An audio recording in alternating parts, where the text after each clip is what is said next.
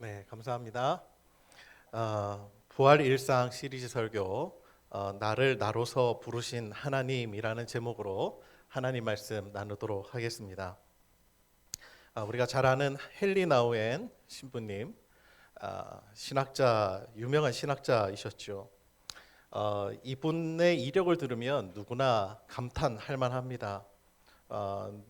노틀담 대학교에서 가르쳤고 예일 대학교 신학대학원 교수였고 또 하버드 대학교에서 신학대학원에서도 강의를 하셨죠.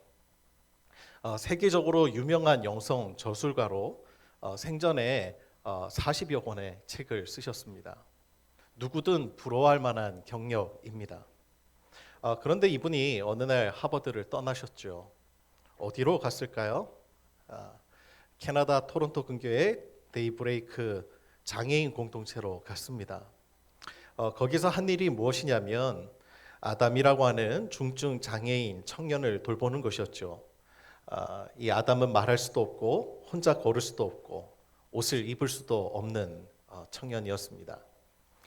나우에는 매일 아침 2시간씩 아담을 씻기고 면도 시켜주고 이를 닦아주고 밥을 먹여줍니다.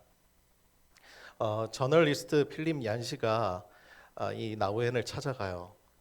그의 방을 보니까 침대 하나, 책꽂이 하나, 가구 몇 점이 전부였습니다.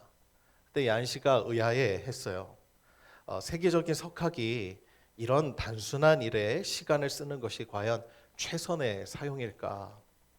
그때 이렇게 조심스럽게 물었더니 나우엔이 이렇게 대답합니다. 저는 아무것도 포기하지 않았습니다. 이 우정에서 유익을 얻는 것은 아담이 아니라 오히려 저입니다. 이렇게 대답을 해요. 나우에는 평생 두 가지 목소리가 자기 안에서 경쟁했다고 이야기를 합니다. 하나는 성공하라, 성취하라 라고 하는 목소리. 다른 하나는 너는 하나님의 사랑받는 자녀야. 거기서 쉬어라 라고 하는 그 목소리. 나우에는 인생의 마지막 10년 동안에야 비로소 두 번째 목소리에 귀를 기울이게 되었노라고 말합니다. 오늘 우리에게 묻고 싶습니다. 지금 여러분 안에는 어떤 목소리가 더 크게 들리십니까? 혹시 여러분 이런 질문 받아보신 적 있으세요? 당신의 인생의 이야기에서 당신은 주인공입니까? 아니면 조연입니까? 심리학에서는 사람이 자기 인생의 조연이 되는 패턴을 두 가지로 이렇게 설명을 하더라고요. 하나는 희생양, 또 하나는 트로피입니다. 이것이 같은 이제 뿌리에 있는데 부모가 자녀를 양육하는 방식에 있는 거예요. 부모가 자녀를 자신의 감정과 또는 자신의 이제 보상을 받기 원하는 마음으로 아이를 기르다 보면 마치 나의 감정 모든 것을 자녀에게 쏟아버릴 때가 있죠. 그게 자녀에게 희생양을 삼는 겁니다. 그런데 반면에 자녀를 통하여서 성장시키고 성취하여 보상을 받으려고 하는 그런 심리도 있죠. 이게 바로 트로피 심리입니다. 희생양이 된 아이는 가족의 문제를 자기의 탓으로 떠안으면서 자랍니다. 자신의 감정이나 욕구는 중요하지 않다고 배우죠. 반면 이제 트로피가 된 아이는 부모가 원하는 성과를 내야만 사랑받을 수 있다고 착각합니다.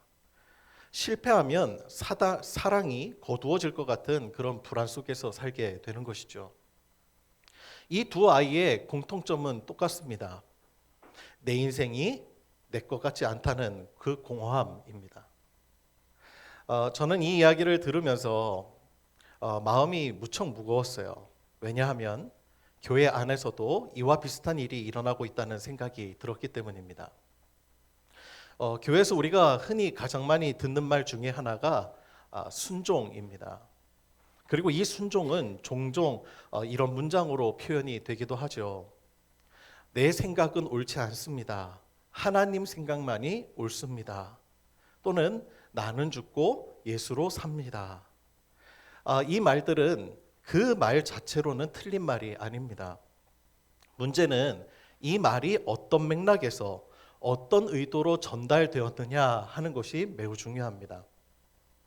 때로 이 하나님께 순종하라는 말이 우리가 어디에다가 적용해야 될지가 참 난감해서 이 말을 교회에 대한 충성, 사역에 대한 헌신, 혹은 목회자의 비전을 돕는 일로 축소되는 경우가 많습니다. 하나님의 뜻이 특정한 사람의 뜻과 동일시될 때 성도는 하나님이 아니라 사람에게 순종하게 됩니다. 그리고 그것을 의심하면 믿음이 없다는 평가를 받을 때가 있죠. 분별력 자체를 내려놓는 것을 고귀한 순종으로 착각하게 될 때가 있더라는 것입니다. 앞서 말씀드린 심리학의 개념으로 다시 한번 돌아가 봅시다. 희생양의 렌즈로 하나님을 바라보는 분들이 있습니다. 이분은 삶에 문제가 생기면 전부 자기의 죄의 탓으로 돌립니다. 내가 기도가 부족해서, 내가 믿음이 약해서, 하나님은 늘 부족한 나를 지적하시는 그 두려운 하나님이 됩니다. 자신의 감정과 생각은 무가치한 것이 되고 말죠. 반면에 트로피의 렌즈로 하나님을 바라보는 분들도 있습니다. 봉사하고 전도하고 헌금하고 성과를 내야 하나님으로부터 사랑받을 만한 자격이 있다고 믿는 것이죠. 잠깐이라도 이것을 멈추게 되면 내가 불안한 겁니다. 이것이 바로 율법주의의 뿌리인 것이죠. 나우엔 자신이 바로 이 트로피의 삶을 살았던 사람이었습니다. 그래서 그는 이렇게 써요. 우리 삶의 가장 큰 함정은 성공도, 인기도, 권력도 아닙니다. 자기 거부입니다. 우리가 무가치하고 사랑받을 수 없다고 말하는 그 목소리들을 믿기 시작할 때 성공과 인기와 권력이 매력적인 해결책으로 보이기 시작합니다. 이렇게 이야기를 하는 거죠. 심지어 알랭드 보통은 바로 우리의 불안이 거기에서부터 또 시작이 된다라고 또 이야기합니다. 무언가 성공해야, 신앙도 성과를 내야, 무언가를 증명해야 사랑을 받을 수 있다는 믿음이, 이것이 교회 안에서도 작동되고 있다면 이것이 정말 성경이 말하는 신앙일까 하는 것입니다. 우리가 너무 익숙하게 읽어서 오히려 놓치고 있는 말씀이 있어요. 그 말씀이 십계명의 첫 마디이죠. 출애굽기 20장 2절에 보면 이런 말씀이 나옵니다. 나는 너를 애굽 땅 종 되었던 집에서 인도하여 낸 내 하나님 여호와니라. 이렇게 나와요. 많은 분들이 이 십계명을 얘기하면 뭐뭐 하지 말라라고 하는 금지 조항부터 떠올리곤 합니다. 그런데 하나님은 이 금지 조항을 말씀하시기 전에 먼저 하시는 것이 당신에 대한 소개입니다. 그것도 아주 구체적인 방식으로요. 나는 너를 종살이 하던 곳에서부터 끌어낸 하나님이다 라고 말씀하십니다. 여러분, 이 순서가 대단히 중요합니다. 율법은 해방 이후에 주어진 것입니다. 우리가 무언가를 해서 하나님이 구원시켜 주신 것이 아닙니다. 나는 아무런 자격이 없고 나는 아무런 존재적 절망만 남아 있을 그때에 하나님의 전적인 은혜로 말미암아 우리가 구원받은 것이죠. 우리의 순종 이전에 자유의 선물이 먼저 주어졌다는 것입니다. 하나님은 네가 순종하면 내가 해방시켜 주시겠다고 한 것이 아닙니다. 먼저 해방시키시고 그 다음에 이제 자유인으로서 이렇게 살아라고 우리에게 가르쳐 주신 것이죠. 이스라엘 백성은 이미 주인이 있었습니다. 바로 파라오였죠. 파라오 아래에서의 삶은 어떤 삶이었죠? 이집트의 바로 아래에서의 삶은 자기 결정권이 없는 삶, 자기 감정이 무시당하는 삶, 존재 자체가 이 벽돌을 만드는 도구로 환원되는 삶, 말 그대로 나 죽고 파라오로 사는 삶이었습니다. 하나님은 그 삶에서 그들을 끌어내시고 그리고 율법을 주십니다. 이 율법은 파라오의 법과는 근본적으로 다르죠. 파라오의 법은 힘의 논리, 지배의 논리였습니다. 강한 자가 약한 자를 착취하는 질서를 유지하기 위한 법이었죠. 그러나 하나님의 율법은 어떻죠? 살인하지 말라, 도둑질하지 말라, 내 이웃의 것을 탐하지 말라. 여러분, 이 법이 누구에게 유익한 거예요? 이거 지키면 하나님이 유익할까요? 우리에게 유익할까요? 우리에게 유익한 겁니다. 이것은 자유인이 자유인답게 함께 살아가기 위한 약속으로 하나님이 주신 법이에요. 비유를 하나 들어볼게요. 우리나라에도 법이 있죠. 교통법규가 있기 때문에 우리는 도로에서 안전하게 이동할 수 있고, 재산법이 있기 때문에 경제활동을 안심하고 할 수도 있습니다. 법은 자유를 빼앗는 것이 아니라 자유를 가능하게 하는 것입니다. 다만 세상의 법은 완전하지 않죠. 힘 있는 자들의 이해에 따라 만들어지기도 하고, 법의 테두리 안에서 편법이 판치기도 합니다. 그런데 하나님의 법은 한 발짝 더 나아갑니다. 세상의 법이 행위의 규제에 초점을 맞춘다면 하나님의 법은 존재의 변화에 초점을 맞추기 때문이죠. 강제로 집행하는 것이 아니라 사람의 내면으로부터 선한 방향을 선택하도록 우리를 초대하십니다. 그래서 예수님은 율법의 핵심을 이렇게 요약하세요. 하나님을 사랑하고 내 이웃을 내 자신같이 사랑하라. 여러분, 이 맥락에서 다시 한번 질문합시다. 하나님을 주인으로 삼으라는 것은 무슨 뜻이지요? 그것은 파라오를 주인 삼던 삶에서 벗어나라고 하는 말입니다.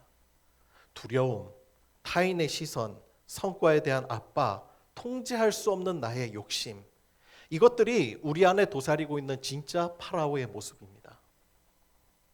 바울의 고백을 한번 들어보시죠. 바울은 갈라디아서 2장 20절에서 이렇게 고백합니다.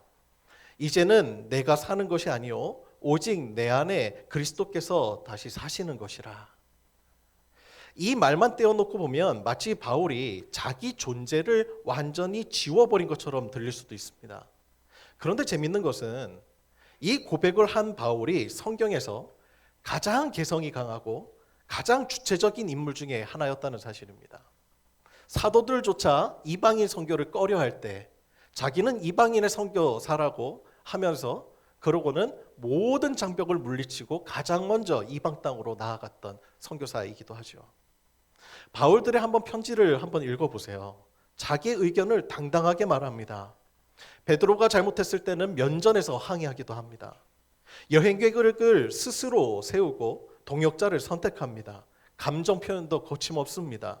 감옥에서 기쁨을 노래하고 또 디모데에게 보낸 마지막 편지에는 나의 떠날 시각이 가까웠도다라고 담담하게 자기의 삶을 정리합니다. 나는 죽었다라고 말한 사람이 이토록 생생하게 살았습니다. 모든 이것은 모순이 아니에요. 바울이 죽인 것은 자기 존재가 아니라 자기를 종으로 묶어두던 것들이었습니다. 율법주의적 강박, 남들에게 인정받아야 한다는 욕구, 실패에 대한 두려움, 이런 것들이 바울의 파라오였고 바울은 그 파라오로부터 해방이 된 것이죠. 그래서 사도 바울은 갈라디아서 5장 1절에서 오늘 본문에서 이렇게 외칩니다. 오늘 본문입니다. 우리 다 같이 한번 한 목소리로 한번 봉독해 볼까요? 시작.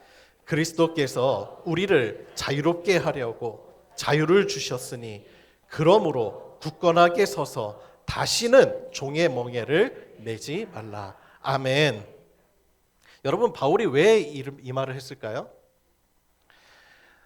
갈라디아 교회에 어떤 사람들을, 즉 거짓 교사들이 들어와서 이렇게 가르쳤기 때문입니다. 너희가 구원을 받으려면 이것도 해야 되고 저것도 해야 되고 율법도 지켜야 되고 할례도 받아야 되고 너희들 지금 이런 상태로는 너 하나님 앞에 구원 못 받아. 이것도 지켜야 돼. 그리스도 안에서 자유를 얻은 사람들을 다시 종의 멍에로 끌고 가려고 한다는 것이었습니다. 바울은 이것에 격분하지요. 왜? 복음의 본질을 완전히 뒤집는 일이기 때문입니다. 그렇다면 오늘 이 말씀이 우리에게 주는 중요한 질문은 이것입니다. 그러면 오늘날 우리가 지금 신앙생활을 하고 있는 우리의 공동체, 우리의 교회에서는 이런 일이 일어나고 있지 않은가 하는 것입니다.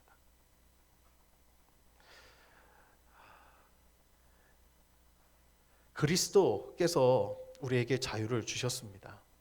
여기까지 아마 말씀을 드리고 나면 이런 질문이 떠오르실 수도 있을 거예요. 그래, 자유를 주셨다는 건 알겠어. 그런데 결국 바울처럼 모세처럼 크게 쓰임을 받는 삶을 살아야 하는 거 아닌가? 그들처럼 돼야 되는 것이 우리의 목표가 아닐까 하는 거죠. 설교에서 자주 듣는 말씀이 있죠.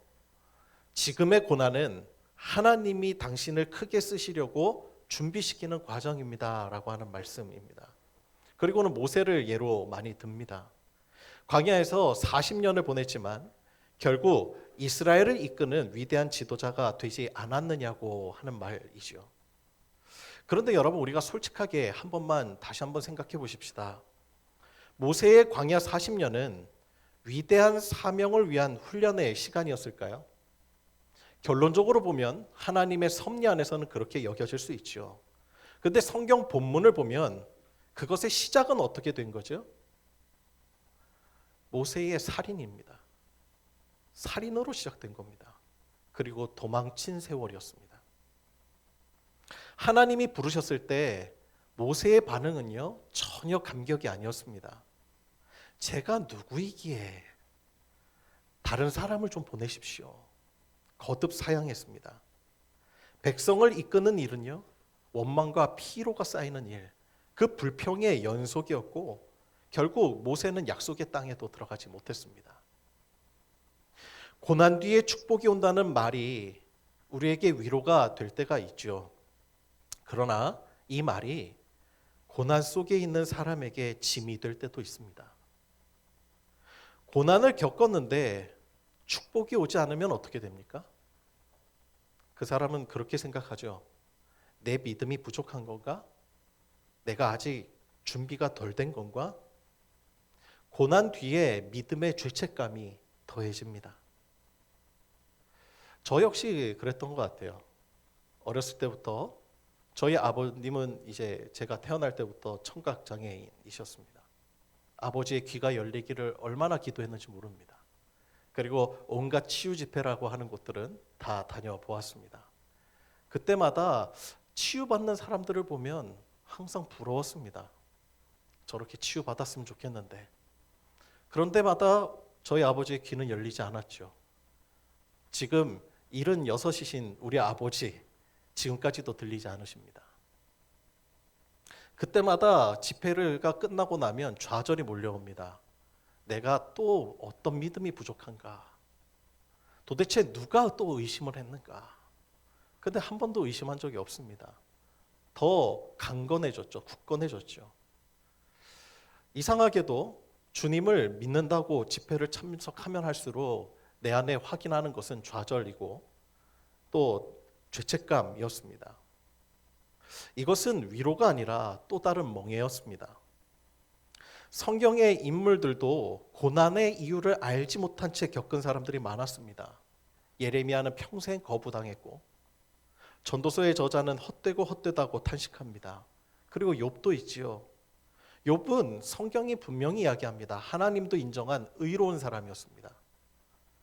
그는 의로웠는데 모든 것을 잃었습니다. 친구들이 와서 말하죠. 네가 죄를 지었으니까 이런 일이 생긴 거 아니야? 인과응보의 시각으로 율법의 관점으로 해석한 것입니다. 그래서 전형적인 이 희생양 만들기이죠. 그런 하나님은 욥에게 나타나셔서 무엇이라고 말씀하십니까? 성경을 아무리 찾아보십시오. 고난의 이유를 하나님은 설명하지 않으십니다. 문제를 해결해 주신 것도 아니었습니다. 다만 한 가지, 하나님 당신이 거기 계시다는 것을 확인시켜 주신 것입니다. 어쩌면 하나님의 위로는 우리가 기대하는 것과 전혀 다른 모양일 수가 있어요. 이 고난이 끝나면 좋은 일이 올 것이다 라고 하는 것이 아니라 이 고난 안에서도 내가 너와 함께 있다는 것. 미국의 소설가이자 장로교 목사인 프레더릭 뷰크너가 이런 말을 합니다. 당신의 삶의 귀를 기울이십시오. 그것이 지닌 헤아릴 수 없는 신비를 보십시오. 삶의 지루함과 고통 속에서도 설렘과 기쁨 속에서 못지않게 하나님은 만져지고 맛보여지고 들려집니다. 이런 이야기를 해요. 뷰커너는 이 말을 통해서 우리에게 말하고 있죠. 하나님을 만나는 것은 극적인 사건 속에서만 있는 것이 아니라 평범한 우리의 일상 속에서도 있다는 것입니다. 제가 예전에 그런 예화를 든 적이 있죠. 결혼한 지 얼마 되지 않았을 때, 지금으로부터 한 18년 전 결혼하고 얼마 안 됐을 때입니다. 그때 아내가 이제 저녁을 해야 되니까 저보고 고등어를 한 마리 사오라고 하는 그런 아주 어명을 내리셨죠. 근데 제가 뭐가 좋은 고등어인지 제가 어떻게 합니까? 그래서 그 명을 받들어서 갔는데 대충은 알죠. 뭐 눈이 깨끗하고 그죠? 이렇게 색이 선명하고 그러면 이제 뭐 이렇게 신선한 고등어라는 건 알지만 시장에 이렇게 딱 들어왔어요. 들어섰는데 그때 하나님 앞에 넌지시 그냥 그렇게 기도했던 것 같아요. 한 마디 툭 던지듯이 하나님 고등어 깨끗한 거 한 마리만 좀 보여주십시오. 그러니까 저는 사실 진지하게 기도한 게 아니었습니다. 근데 시장에 딱 초입에 들어서자마자 그 업 한 장에 이 고등어 생선들이 쫙 널려 있는데 첫 번째 집에서부터 벌써 고등어가 이렇게 막 살 막 꺼낸 것처럼 마치 눈은 초롱초롱하고 그리고 나를 이렇게 쳐다보면서 나야 날 갖다 잡숴 마치 그런 눈빛으로 쳐다보는 그 고등어를 한 마리 사갖고 집에 갔죠. 그때 얼마나 칭찬을 받았는지 모릅니다. 근데 제가 드리고 싶은 말씀은 이거예요. 그동안 목회를 한다고 하는 저는 항상 커다란 어떤 일에 있어서만 하나님께 무릎을 꿇었던 것 같습니다. 하나님은 나의 아버지라고 나의 주님이라고 언제나 내 속에 계시다고 이야기하면서도 그러면서도 세밀한 아주 일상의 사소한 것까지도 내 음성을 듣고 계시는 그 하나님을 그때 경험하게 된 것이죠. 여러분, 하나님은 어떤 극적인 일에서만 우리와 함께 하시는 것이 아니라 우리의 일상 속에서 사소한 것까지 세밀히 살피시는 하나님이심을 믿습니다. 이것이 바로 우리의 하나님의 은혜인 거죠. 그런데 여러분 한번 생각해 보세요. 대부분의 인생은 모세처럼 그리고 바울처럼 그리고 다윗처럼 극적이지 않습니다.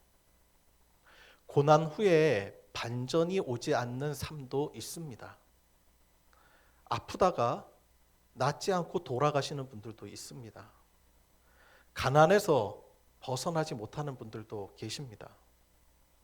평범한 일상을 버티며 살아가다가 조용히 생을 마감하는 것. 이것이 어쩌면 대다수의 인생입니다. 그러면 우리는 질문해야죠. 이러한 삶들은 하나님 앞에서 덜 귀한 삶입니까? 성경에는 위대한 영웅의 이야기만 있는 게 아닙니다. 사도 바울이 데살로니가에 보낸 편지를 한번 보세요. 데살로니가 전서 4장 11절에 보면 조용히 자기 일을 하고 너희의 손으로 일하기를 힘쓰라. 놀랍지 않아요? 이 선교의 사명을 감당하던 이 바울이 성도들에게 권면한 말이 이것입니다. 조용히 자기의 일을 자기 손으로 하라. 여기에 극적인 반전도 어떤 위대한 사명에 대한 외침도 없습니다. 시편 128편은 복된 삶에 대해서 이렇게 가르치죠.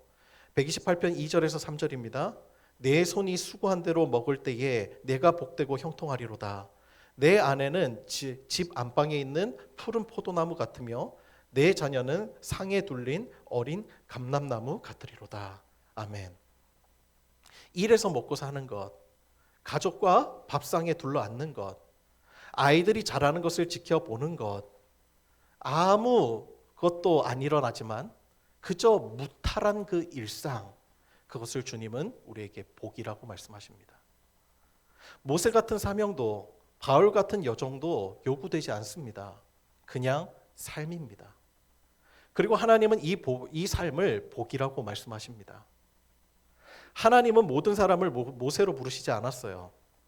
모든 사람에게 바울의 삶을 요구하시지 않습니다. 그저 여러분으로 부르신 것입니다. 여러분의 지금의 삶이 결코 무가치하지 않습니다. 사람이 가장 좌절이 될 때가 언제죠? 오늘 나의 수고를 누군가 가치 없는 것으로 말할 때, 그때 인간은 무너지게 되는 것입니다. 남편이 열심히 일하고 돌아왔는데 월급 봉투가 아주 얇다고 그 수고를 너무 하찮다고 말할 때 남편들은 무너지죠. 반면 아내들은 어때요? 애들 키우고 집안일하고 열심히 살았는데 근데 남편이 와서 집안꼴이 이게 뭐야? 라고 말하면 그날은 피 터지는 부흥회가 시작이 되죠. 여러분, 처음의 질문으로 한번 돌아가 보겠습니다. 하나님을 주임 삼는다는 것은 자아를 소멸시키는 것입니까? 아닙니다. 정반대입니다. 하나님을 주인 삼는다는 것은 나를 종으로 묶어두던 거짓된 주인들, 두려움, 비교, 성과주의, 타인의 시선으로부터 오히려 풀려나는 것입니다. 순종이라는 것은 자아의 죽음이 아니라 자아의 온전한 회복입니다. 하나님을 믿으면 믿을수록 우리의 오히려 주체성은 더욱더 회복이 되어지는 거죠. 헨리 나우에는 자기 삶의 마지막 해에 이런 글을 남깁니다. 당신은 당신이 하는 그 일이 아닙니다. 당신은 당신이 가진 것이 아닙니다. 당신은 다른 사람들이 당신에 대해 말하는 것이 아닙니다. 당신은 하나님의 사랑받는 자녀입니다. 이것이 당신의 가장 근원적인 정체성입니다. 라고 이야기를 합니다. 우리는 내가 무언가를 이루고 무언가를 하고 있는 그 일이 나라고 생각을 합니다. 그러나 그 이전에 하나님은 우리를 존재로 보십니다. 독일의 신학자 디트리히 보네퍼는 나치에 저항하다가 39세에 처형되죠. 그가 옥중에서 쓴 시가 있습니다. 이런 시입니다. 나는 누구인가? 사람들은 내게 말한다. 내가 깜빵에서 나올 때 태연하고 쾌활하고 의연하다고. 그러나 나는 이것 또한 안다. 밤마다 나는 불안하고 외롭고 지쳐 있다는 것을. 나는 누구인가? 이 사람인가? 저 사람인가? 나는 더 이상 묻지 않겠다. 오 하나님, 당신은 나를 아시나니 나는 당신의 것입니다. 나는 당신의 것입니다. 이 고백은 자아의 포기가 아닙니다. 불안하고 외롭고 지친 자기 자신을 있는 그대로 하나님 앞에 내려놓는 것입니다. 오늘 마지막 한 가지 이야기만 좀 나누고 말씀을 정리하려고 해요. 헨리 나우엔이 돌보던 이 아담이라고 하는 청년 기억하시죠? 말을 할 수도 없고 걸을 수도 없고 표정도 거의 없던 이 중증장애인. 나우엔은 매일 2시간씩 그를 씻기고 면도시키고 밥을 먹여요. 그런데 아담이 세상을 떠납니다. 세상을 떠난 후에 나우엔이 쓴 책의 제목을 여러분 아십니까? 그 책의 제목을 사람들은 성경 속 아담이라고 생각하시는데 이 제목이 이렇습니다. 아담, 하나님의 사랑을 받는 자. 나우엔은 이 책에서 아담에 대해 이렇게 말합니다. 아담은 세상이 말하는 그 어떤 것도 하지 못한 사람이었습니다. 성과를 낼 수도 없었고 말로 하나님을 찬양할 수도 없었고 헌금할 수도 없었고 봉사할 수도 없었고 전도할 수도 없었습니다. 세상의 기준으로 보면 아무짝에 쓸모없는, 할 수 없는 무가치한 사람입니다. 그런데 나우엔은 말합니다. 바로 그 아담을 통해 자신이 하나님의 사랑이 무엇인지를 배웠다고. 아담은 아무것도 하지 않았지만 그저 거기 있는 것만으로 사랑받는 존재였다고. 그리고 그것이 하나님이 우리를 사랑하는 방식이라고. 나우엔은 아담에 대해 이렇게 고백합니다. 아담을 만나지 않았다면 나는 오늘 어디에 있었을지 모릅니다. 하버드에서 강의하던 세계적 신학자에게 한마디 말할 수 없는 장애인 청년 하나가 하나님의 사랑을 그에게 가르쳐 준 것입니다. 여러분, 아담의 삶은 위대했습니까? 세상의 기준으로는 아닙니다. 그러나 하나님의 눈에는 아담은 사랑받는 자였습니다. 그리고 그를 통해 세계적 석학이라고 하는 헨리 나우엔, 그가 스스로 고백하기를 아담을 통하여서 자신은 구원받았다고 이야기합니다. 여러분, 우리도 그렇습니다. 오늘 아침에 일어나서 교회에 오는 준비를 하고 또 내일 출근 준비를 하실 분들이 계실 겁니다. 아이의 밥을 차리시고 또 부모님 병간호를 하시는 분들도 계실 겁니다. 몸이 아픈데도, 몸이 무거운데도 그래도 하루를 시작해야만 하는 분들도 계실 겁니다. 세상은 그 하루를 대단하게 여기지 않을지도 몰라요. 교회도 때때로는 그 하루보다 무언가 특별한 뭔가를 요구할 때도 있습니다. 자의식 과잉처럼, 모세처럼 되라, 바울처럼 살라, 이 고난을 통과하면 크게 쓰임받을 거다, 조금만 버텨라. 그런데 저는 오늘 이렇게 말씀을 드리고 싶습니다. 여러분이 지금 하나님 앞에 이 자리에 그저 앉아 있는 거, 오늘도 나에게 맡겨진 하루를 그저 살아내는 거, 넘어졌다가 다시 주님 울면서 붙잡고 기도하고 일어서는 것, 옆 사람을 함부로 대하지 않으려고 애쓰는 것, 아무도 알아주지 않는 그 수고, 아무도 기억해 주지 않는 그 인내, 티나지 않는 믿음의 선택들. 하나님은 그 모든 것을 알고 계십니다. 사람은 기억하지 못할지라도. 삶의 문제가 명쾌하게 해결되지 않을 수도 있죠. 내가 꿈꾸던 반전이 아마 죽을 때까지 일어나지 않을 수도 있습니다. 그러나 확실한 한 가지가 있습니다. 지금 이 자리에서 믿음 안에서 자기의 삶을 책임 있게 감당하며 살아가는 것, 하나님 보시기에 이것보다 더 귀한 것은 없다는 사실입니다. 하나님은 여러분에게 모세가 되라고 하지 않으십니다. 바울이 되라고도 하지 않으십니다. 여러분을 여러분으로 부르셨습니다. 그리고 여러분에게 이렇게 말씀하고 계세요. 너는 나의 사랑하는 자녀다. 내가 너를 기뻐한다. 다시는 종의 멍에를 매지 마시기 바랍니다. 여러분은 하나님 안에서 자유인입니다. 하나님의 사랑받는 자녀입니다. 지금 이 자리에서 여러분이 여러분으로 살아내는 것, 그것이 하나님의 가장 거룩한 부르심입니다. 기도하겠습니다.